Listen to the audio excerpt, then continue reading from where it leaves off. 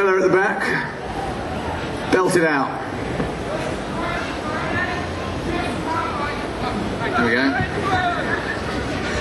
Some of the characters you've done, I'm thinking mainly that cameo on Stargate is it Rene? What? Is it Rene? Yeah, that's what I said. Yeah. No, you said that without the mic. Oh, sorry. Just to be pedantic. Just some of them were like very nasty characters. Yeah. And I was just wondering, like, how do you feel about doing that kind of characters? I mean, is there some kind of feedback from the from like an outrage you might feel at what the character is doing?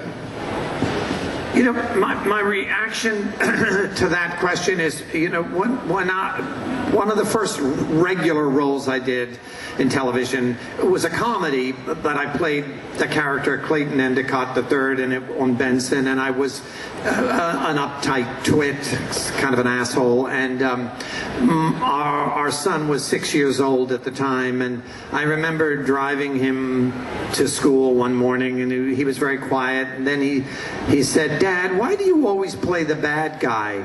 And I sort of thought about that for a second, and I realized, I thought, well, he's probably getting teased at school because I'm playing this nitwit character, and my only answer to that to him was because they're usually the best parts. They're the most interesting parts, and they always have been to me, and they give you a chance to exorcise certain demons that you know, when you're playing a very benign, sweet-natured character, you can come home and slap your wife, but no, I don't do that. But when the meaner the character, you sort of get to work all that stuff out, and does that give you any kind of answer to that? Good, okay, because that's all I have to say about it. If you're buying that. Hi, Rene. What was it like working with Majel Barrett? You guys did this yesterday. Is that why it's my turn in the barrel? Majel was so sweet, and you know, we worked together a few in the earlier seasons, and then the stories sort of moved away from her. But the dearest lady, and what can I say? I'm sorry she's gone. She was just the sweetest person, and I loved working with her.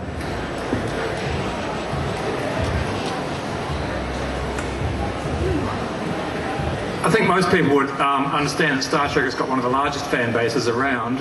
As an actor, did that present any of the three of you a bit of a challenge in accepting the role to go up against that sort of opinion and fan base, and wondering whether or not you're going to get it right and whether it approve or anything like that? Not at all, no. Just relieved, quite frankly, when I got that job. Been knocking around that town for too many years. And I actually had the honour of taking the first shot of our series, and I remember stepping up onto the bridge. It was just a little pop shot of, you know, "Don't worry, Captain," or something, Captain. But, you know, I took a little breath and went, here we go. It's going to be a hell of a ride. And it was. Yeah, you have a cognizance of... I'm only standing because I think I kind of sink into that sofa. You have a cognizance of what you're getting into, but I think, for me at least, it was a thrill and an honor to, one, be part of a show that had lasted for so many years. And I remember going out and renting one of the documentaries about the experience, and that gave you a little bit of a sense of the passion that was out there, and you certainly, you know, suck it up a little bit knowing that that's going to be your life. But it's been a joy for me. I mean, I've been going to conventions now for 10 years and have met some wonderful people. I was only sorry our show didn't go a little bit longer. You know, I used to call it the show that killed the franchise, but now the franchise seems to be coming back with the movies. No, it's a great gig. You know, I don't think any of us have anything negative to say about it. I still use the dentist in Trekkies 1. He's fabulous. Before I was in Deep Space Nine, I have a friend, Nick Meyer, who was wrote and directed one of the feature films, The Undiscovered Country. And he called me and he said, Rene, you know, I'm asking a lot of my friends who are, if they would do cameos in this new feature that he was about to direct.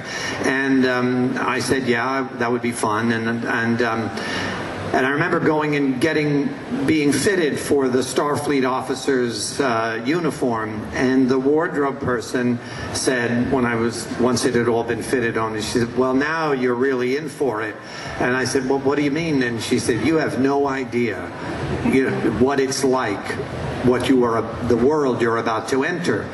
Well, I didn't really get it at the time, and then it wasn't long after that I was cast in Deep Space Nine, and we were shooting the pilot, and Cole Meany, who had been in Enterprise before and so knew the way it was, he came up to me one day and he said, I'm supposed to do a convention next weekend in Chicago and I can't make it.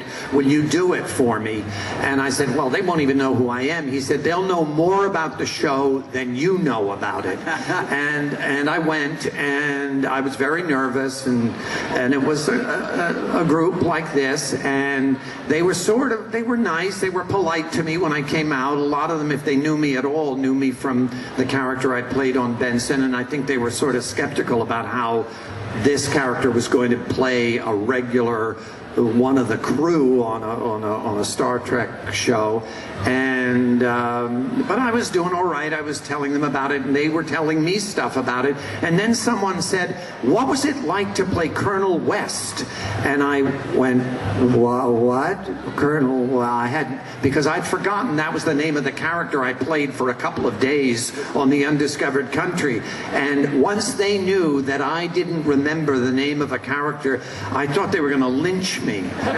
But eventually I talked my way out of that. But yeah, there you go. Yeah. My first convention was in Phoenix, Arizona, and the limo took me from the airport to the convention center, and it was like 120 degrees outside, like, 40 something. And I looked out of the window at the crosswalk, and there were like 50 Klingons standing there waiting to go over, just sweating it in the heat. And it was my first time, and I was dead nervous. Never done this hour on a stage, on a mic on your own, saying your own words, and it was like, good God, this is a bit daunting. And I was just desperate for a pee backstage. Just as I was about to go on, I said to the guy, I said, listen, I gotta go, mate. He goes, well, the only bathrooms through the convention center were the one there. I said, take me there. So we went rushing over. I pushed open the door, and there's two Klingons standing there. And when they saw Malcolm Reed walk in, their eyes just went. I went, all right, lads. So I went around the corner for a tinkle, and I'm standing there, and I could hear them whispering about me, presumably, because it was in fucking Klingon.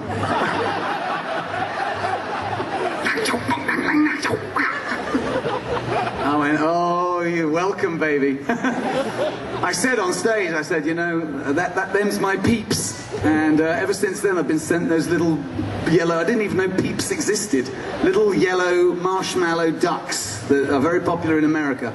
And I still get them to this day. And I roast them.